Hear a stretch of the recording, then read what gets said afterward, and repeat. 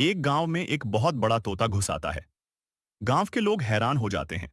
तभी एक आदमी आता है और उस तोते को रस्सी से पकड़ लेता है। फिर वह उसे एक पिंजरे में बंद कर देता है। तोता भूख से परेशान होकर रोने लगता है। वह बोलता है, टिनटिन, कोई खाना दो, कोई मुझे आजाद करो। तभी एक दिन आसमान से एक बड़ा और चमकीला मोर गांव में उतरता है। वह धीरे धीरे चलकर पिंजरे तक आता है और चुपके से ताला खोलकर तोते को आजाद कर देता है। तोता और मोर मिलकर गांव के लोगों से बचते हुए जंगल की ओर भाग जाते हैं।